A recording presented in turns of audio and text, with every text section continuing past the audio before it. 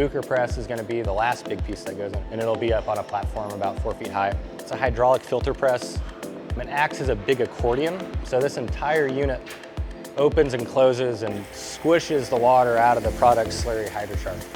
It's a really, really nice unit, and we get really high dewatering efficiency from this as opposed to some of the other dewatering presses out there. So this is digested sludge. It's Borough's current operation. Use anaerobic digestion and dewater the sludge via centrifuge. It's about 24% solids. It looks very dry, but it's not. So it's about 75% water. Sewage sludge just retains moisture. It's really hard to dry because of that too. So if we were to dry the hydrochar, it's actually much more efficient to dry that hydrochar because it doesn't retain the moisture that the sewage sludge does. We're expecting to get hydrochar at a 50 to 60% solids coming out of it.